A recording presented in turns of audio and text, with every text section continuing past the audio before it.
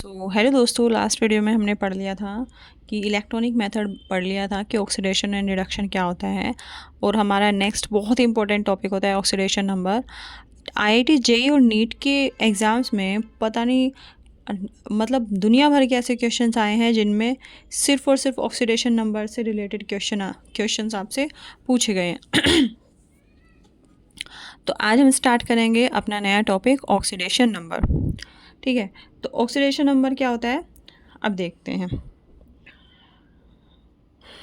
जैसे कोई रिएक्शन है, ये रिएक्शन है 2H2 प्लस O2, ये भी गैस में है, ये भी गैसियस स्टेट में है, और इसने बना दिया 2H2O। तो आपने केमिकल बॉन्डिंग पढ़ा है, आपने देखा है कि कैसे कोवेलेंट बॉन्ड बनता है एक दूसरे के बीच में, कैसे वो शेयरिंग करते हैं और एक बॉन्ड बन जाता है दोनों के बीच में। तो कोवेलेंट बॉन्ड जो होता है वो एक शेयरिंग बॉन्ड होता है। लेकिन ऑक्सीडेशन मेथड में हम क्या करते हैं कि जो वो शेयर वाले इलेक्ट्रॉन है हम उसको कम्प्लीटली शेयर नहीं मानते, हम उसको मानते हैं कि कम्प्लीटली शेयर हो गया। मतलब कम्प्लीटली या तो ले लिया या कम्प्लीटली दे दिया, जैसे NaCl में होता है ना। तो ऑक्सीडेशन नंबर में हर मॉलिक्यूल को ऐसे ही माना जाएगा, उसी के हिसाब से ऑक्सीडेशन नंबर होगी। ऑक्सीडेशन नंबर बेसिकली यही है कि किसी एटम ने कितने इलेक्ट्रॉन दिए या कितने इलेक्ट्रॉन लिए, यही ऑक्सीडेशन नंबर होती है। ठीक है, तो सबसे पहले हम एक बहुत ही सिंपल सा वाटर का एग्जांपल ले लेते हैं। वाटर का एग्जांपल सबसे सिंपल होता है समझने के लिए।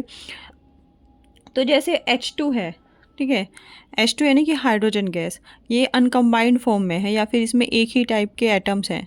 तो जिसमें एक ही टाइप के एटम्स होते हैं बेसिकली उसकी ऑक्सीडेशन स्टेट क्या मानते हैं, जीरो। मतलब इसने किसी दूसरे को दिया ही नहीं है, तो इसका भी ज़ीरो और ऑक्सीजन का भी ज़ीरो।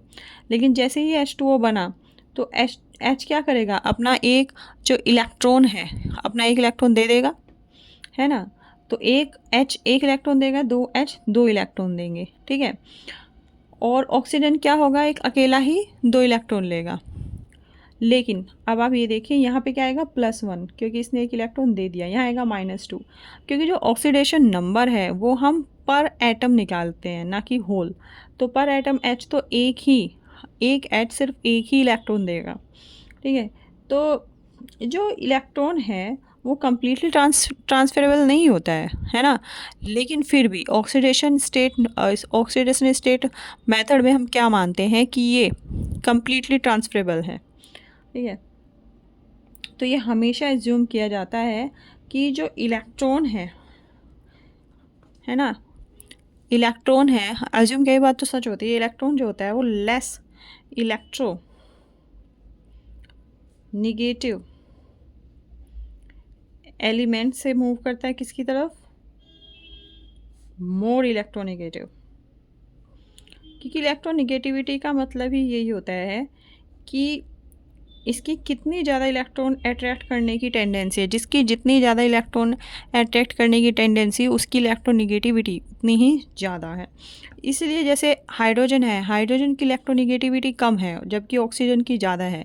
तो हाइड्रोजन से इलेक्ट्रॉन जाएगा और ऑक्सीजन इलेक्ट्रॉन लेगा।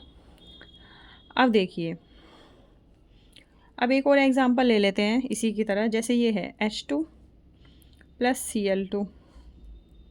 ठीक है, इससे क्या बना, 2HCl। अब H तो एक इलेक्ट्रॉन देगा हमेशा ही। ठीक है, हमेशा नहीं, मतलब मेटल हाइड्राइड में इलेक्ट्रॉन लेता भी है। लेकिन क्योंकि इसके साथ हेलाइड है और हेलाइड H से ज़्यादा इलेक्ट्रोनिगेटिव है, तो H का क्या हो जाएगा, +1, और क्लोरीन के ऊपर क्या चार्ज आएगा, -1। ठीक है, अब ये देखिए एक और एग्जांपल देखिए, CH4 plus 4Cl2, CCl4 plus 4HCl। ठीक है, देखिए अब क्लोरीन तो बिल्कुल वैसे स्टेट में है, अपनी तरह के एटम्स के साथ जुड़ा हुआ है। तो क्लोरीन की क्या होगी ऑक्सीडेशन स्टेट, ज़ीरो। यस पे ज़ीरो वो होगा, चार्ज होगा, क्योंकि लेना देना इसमें नहीं है, इसमें आपस में ही है, एक ही तरह के हैं। लेकिन इसमें क्या होगा, इसका क्या होगा, +1। एक अगर ये देगा और यहाँ पे चार जुड़े हुए हैं तो ये क्या होगा, -4। यानी कि अगर ये एक एक देगा तो हाइड्रोजन के 4 है, तो ये कितना होगा, -4। टोटल मिला के ये 4 देगा। और इधर क्या होगा, अब कार्बन का क्या हो जाएगा +1 और क्लोरीन का हो जाएगा -1, क्योंकि क्लोरीन ज़्यादा इलेक्ट्रोनिगेटिव है ना, तो क्लोरीन अपनी तरफ इलेक्ट्रॉन खींचेगी, अब कार्बन देगा तो कार्बन पे हो जाएगा +4 और क्लोरीन पे हो जाएगा -1, इधर वही +1 -1।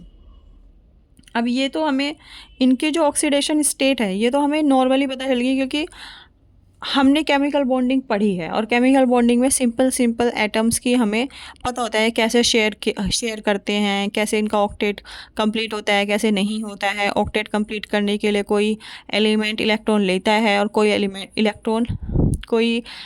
एलिमेंट इलेक्ट्रॉन देता भी है। लेकिन बहुत से ऐसे कॉम्प्लिकेटेड मॉलिक्यूल्स होते हैं जिनकी स्ट्रक्चर बनाना बड़ा कठिन होता है, ठीक है। तो उसी चीज़ को सोल्व करने के लिए ये कंसेप्ट आया था ऑक्सीडेशन नंबर का या फिर ऑक्सीडेशन स्टेट का।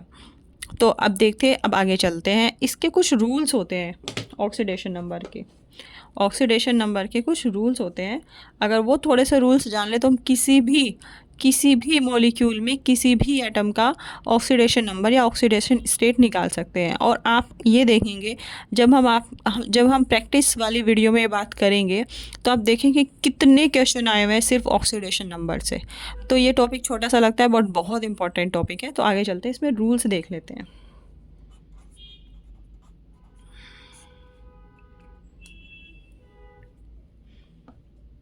देखिए, अगर कोई भी एलिमेंट फ्री है या फिर अनकम्बाइंड स्टेट में है तो ऐसे एलिमेंट्स का क्या होगा ऑक्सीडेशन नंबर 0 होगा, ठीक है। कोई भी एलिमेंट फ्री है या फिर अनकम्बाइंड स्टेट में है, ऐसे एलिमेंट्स का ऑक्सीडेशन नंबर हमेशा क्या होगा 0। और देखिए इसके जो एग्जाम्पल्स इसके हैं, जैसे फ्री स्टेट में ऑक्सीजन ओ से थोड़ी बात है, क्योंकि ऑक्सीजन का जो एटॉमिक सिंबल होता है वो तो O होता है, लेकिन फ्री स्टेट में O नहीं होता है। फ्री स्टेट में क्या होता है ये O2, इसीलिए इसका ऑक्सीडेशन नंबर 0 होगा। Cl2 O3 P4 S4 sodium magnesium aluminium, इन सब का क्या होगा 0 होगा। अब आगे आते हैं, ऐसे आयंस जिनमें सिर्फ एक ही एटम हो, ठीक है, ऐसे आयंस जिसमें सिर्फ एक ही एटम हो उनका ऑक्सीडेशन नंबर क्या होगा जो उनके ऊपर चार्ज होगा। तो नंबर 2 है, for ions composed of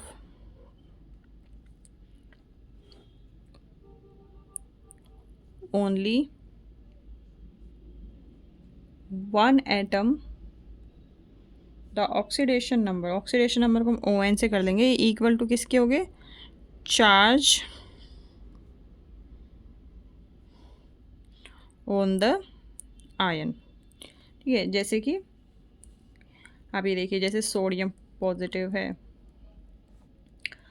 magnesium 2 positive है, Fe3 पॉजिटिव है, Cl माइनस है, O2 माइनस। तो बिल्कुल सिंपली इनके ऑक्सीडेशन स्टेट लिख देंगे। देखिए ये प्लस है, प्लस का मतलब होता है +1, तो इसकी होगी +1, ये +2, ये +3, ये माइनस है, माइनस का मतलब -1 और ये होगा -2।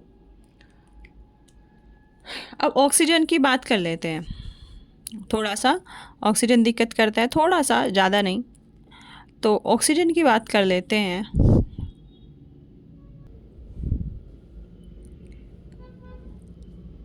देखिए ज़्यादातर कंपाउंड में ऑक्सीजन की जो ऑक्सीडेशन नंबर होती है वो -2 होती है ना, क्योंकि ऑक्सीजन की इलेक्ट्रोनिगेटिविटी ज़्यादा होती है तो ये मैक्सिमम टाइम इलेक्ट्रॉन लेगी ही लेगी, है ना। तो मैक्सिमम कंपाउंड्स में ऑक्सीजन की ऑक्सीडेशन नंबर कितनी होती है -2। लेकिन इसमें कुछ एक्सेप्शंस होते हैं।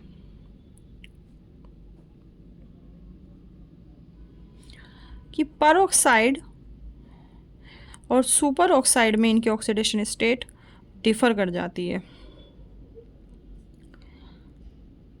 ठीक है, क्योंकि इसका देखो, इसका एक कारण होता है। परऑक्साइड में क्या होता है, जैसे वाटर है, वाटर में ऑक्सीजन जो एटम है वो 2 हाइड्रोजन से कनेक्ट होगा, लेकिन परऑक्साइड और सुपर ऑक्साइड में जो ऑक्सीजन है ना, एक दूसरे से डायरेक्ट कनेक्ट कर जाते हैं। तो डायरेक्ट कनेक्शन की वजह से इनकी ऑक्सीडेशन स्टेट क्या हो जाती है, कम हो जाती है। जैसे कि देखो, आप देखो परऑक्साइड हो गया H2O2 Na2O2, सुपर ऑक्साइड हो गया KO2 RbO2। तो परऑक्साइड के केस में होती है -1, जबकि सुपर ऑक्साइड के केस में होती है -1/2। देखो H2O2 का जैसे स्ट्रक्चर ऐसे होता है ना, क्योंकि इसमें जो ऑक्सीजन है एक दूसरे से डायरेक्टली कनेक्ट है ना। और अगर ये फ्लोरीन से कनेक्ट हो, तो फ्लोरीन की तो इलेक्ट्रोनेगेटिविटी ऑक्सीजन से भी ज़्यादा होती है। फ्लोरीन की अगर 4 होती है तो ऑक्सीजन की तो 3.5 होती है, तो फ्लोरीन के पास नेगेटिव चार्ज चला जाएगा, तो ऑक्सीजन की उस समय ऑक्सीडेशन स्टेट क्या होगी, पॉजिटिव। तो अगर ये फ्लोरीन के साथ बॉन्डेड हो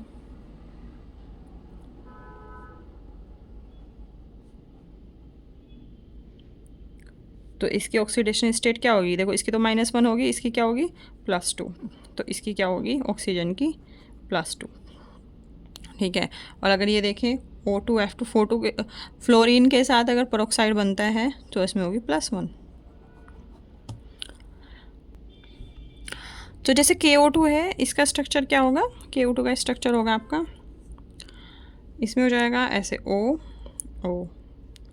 और ये कनेक्ट करेंगे K+ से, तो जो -1 चार्ज है ये डिवाइड हो जाएगा, ये -½ हो जाएगा, तो ये -½ हो जाएगा। ठीक है, अब आगे चलते हैं। आगे हम आ जाते हैं हाइड्रोजन। देखो ऑक्सीजन की बात हो गई, ऑक्सीजन के बाद क्या आ जाएगा, हाइड्रोजन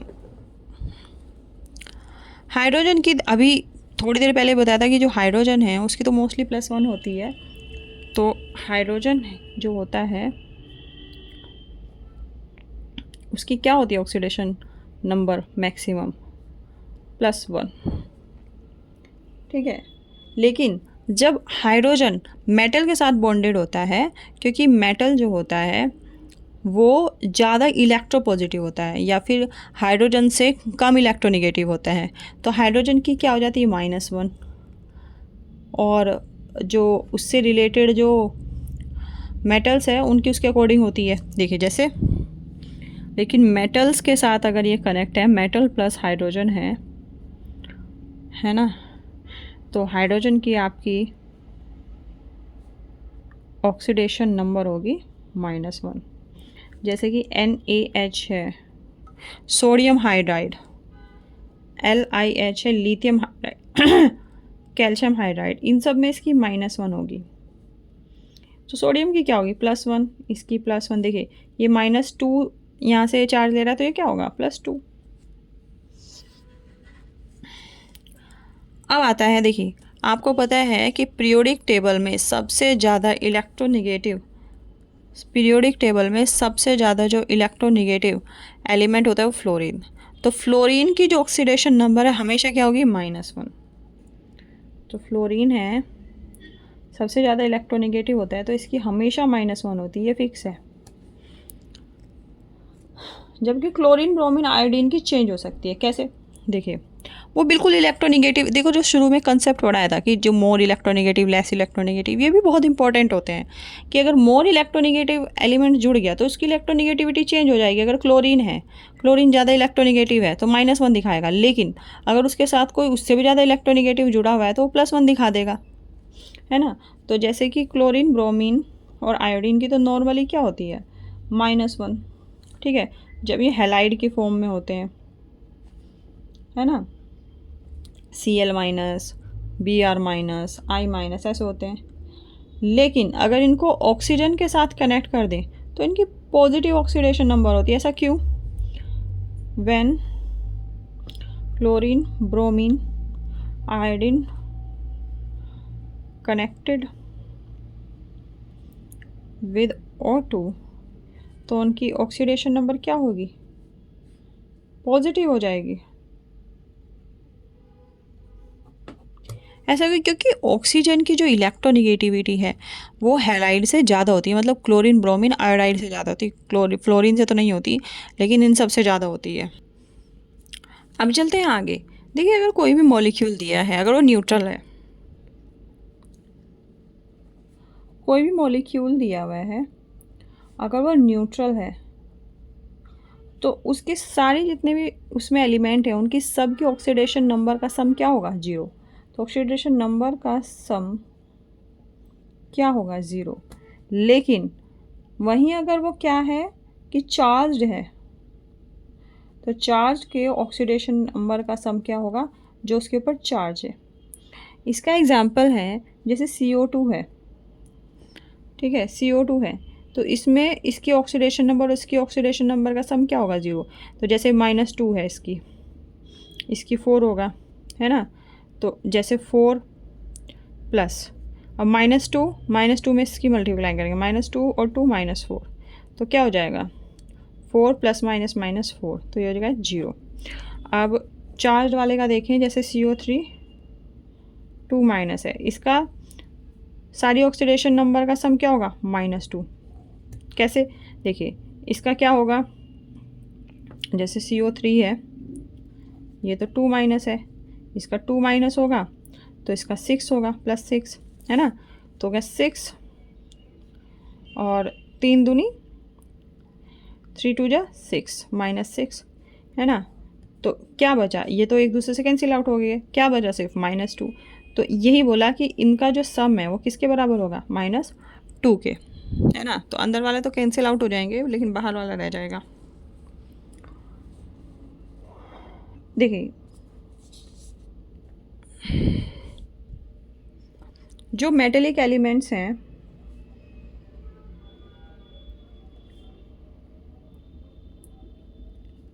उनके ऑक्सीडेशन नंबर पॉजिटिव होगी हमेशा। जो नॉन मेटेलिक एलिमेंट्स उनके ऑक्सीडेशन नंबर क्या होगी, निगेटिव, ठीक है।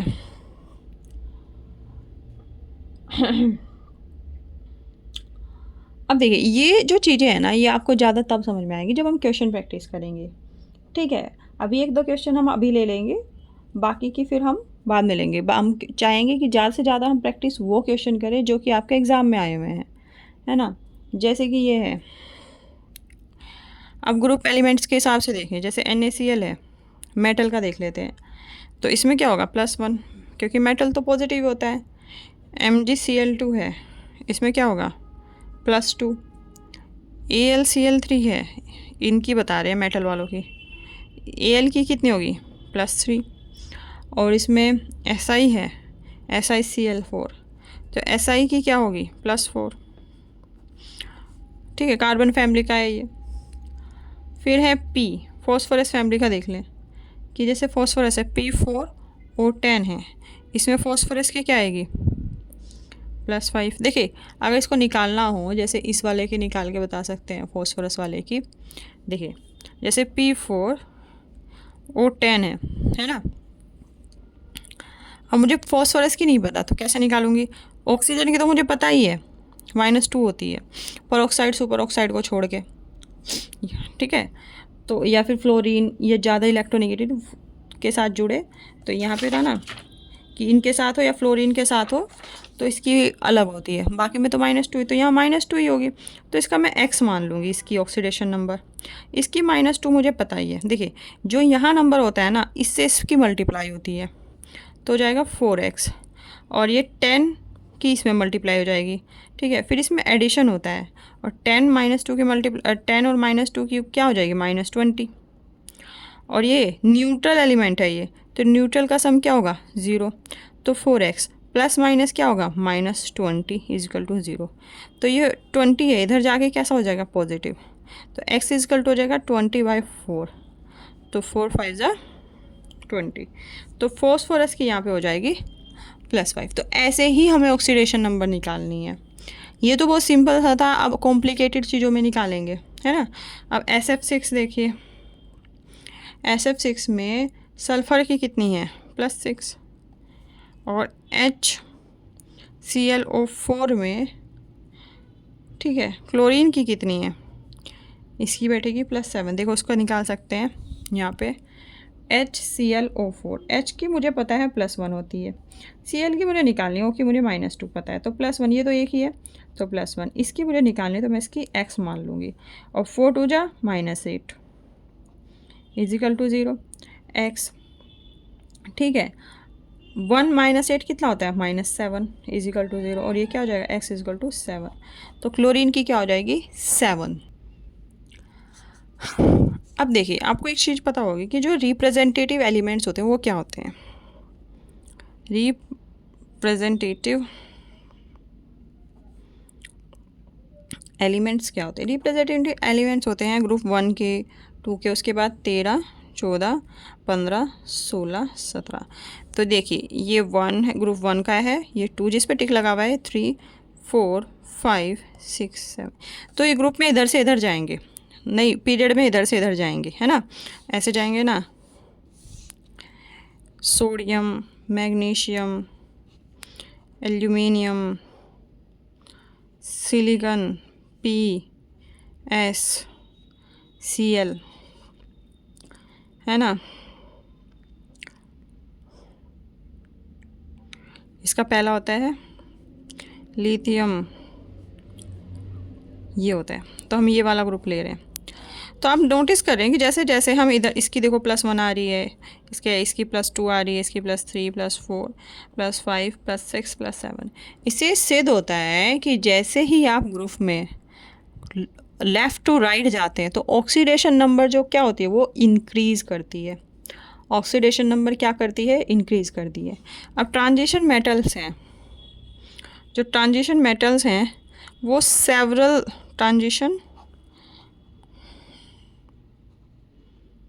ट्रांजिशन मेटल्स हैं वो several positive oxidation state show करते हैं, है ना।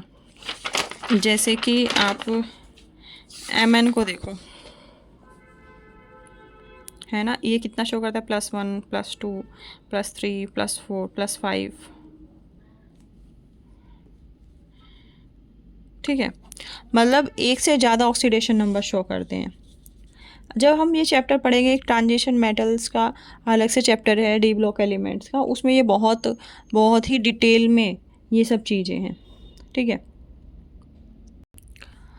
कभी कभी ऐसा होता है जो ऑक्सीडेशन नंबर है वो कैसे उसका नोटेशन दिया जाता है, वो एक जर्मन केमिस्ट थे जिनका नाम था एल्फ्रेड स्टोक। ये रोमन नंबर में लिख देते थे, जिसमें मेटल के स्पेशली बोलते हैं, जिस मेटल के जो भी ऑक्सीडेशन नंबर है वो रोमन में लिख देते, तो एकदम समझ में आ जाए। जैसे AuCl3, इसमें Au का ऑक्सीडेशन नंबर क्या है, 3, तो ये ऐसे लिख देते थे Au3Cl3। और अगर ये है AuCl तो ये हो जाएगा Au1Cl, इसमें 1 है तो जैसे ये -3 है ना, तो ये +3 ऑब्वियसली होगा, ये -1 है तो +1 होगा, है ना। कोई चीज़ तभी तो बनेगी जब वो एक दूसरे को न्यूट्रलाइज कर देगी। तो अब देखो ऑक्सीडेशन नंबर के हिसाब से ऑक्सीडेशन रिडक्शन क्या होता है, तो ऑक्सीडेशन नंबर के हिसाब से देखो ऑक्सीडेशन क्या हो जाएगा, ऑक्सीडेशन क्या हो जाएगा, इंक्रीज, ये साइन है इंक्रीज का, increase in oxidation number of an element. अगर किसी एलिमेंट का ऑक्सीडेशन नंबर बढ़ रहा है तो इसका मतलब उसका ऑक्सीडेशन हो रहा है। और रिडक्शन का मीनिंग हो गया, अगर किसी एलिमेंट का ऑक्सीडेशन नंबर घट रहा है तो इसका मतलब उसका क्या हो रहा है, रिडक्शन। और ऑक्सीडेंट या फिर ऑक्सीडाइजिंग एजेंट क्या होता है, जो दूसरे को ऑक्सीडाइज होने में क्या करे, मदद करे, ठीक है। तो ऑक्सीडाइजिंग एजेंट होता है वो रिएजेंट जो किसी की ऑक्सीडेशन नंबर इंक्रीज करने में क्या करे, हेल्प करे, ठीक है, which helps increasing in oxidation number of the other element, अपनी नहीं दूसरे की। और रिडक्टेंट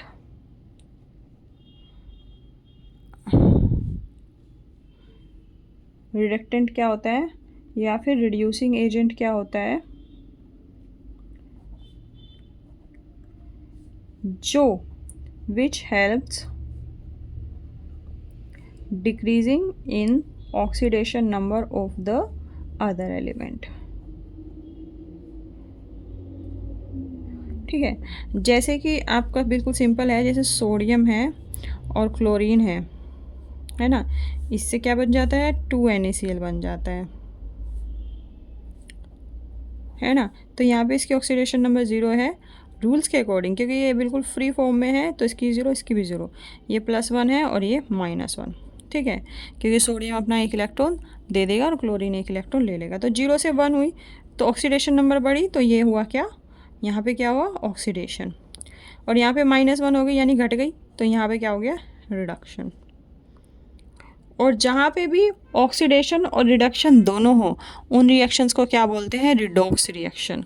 जहाँ पे ऑक्सीडेशन प्लस रिडक्शन दोनों हो, उन रिएक्शंस को क्या बोलते हैं, रिडॉक्स रिएक्शंस। तो अब यहाँ तक देखिए थ्योरी हो गई, एक बेसिक थ्योरी होनी चाहिए क्वेश्चंस प्रैक्टिस करने के लिए, है ना।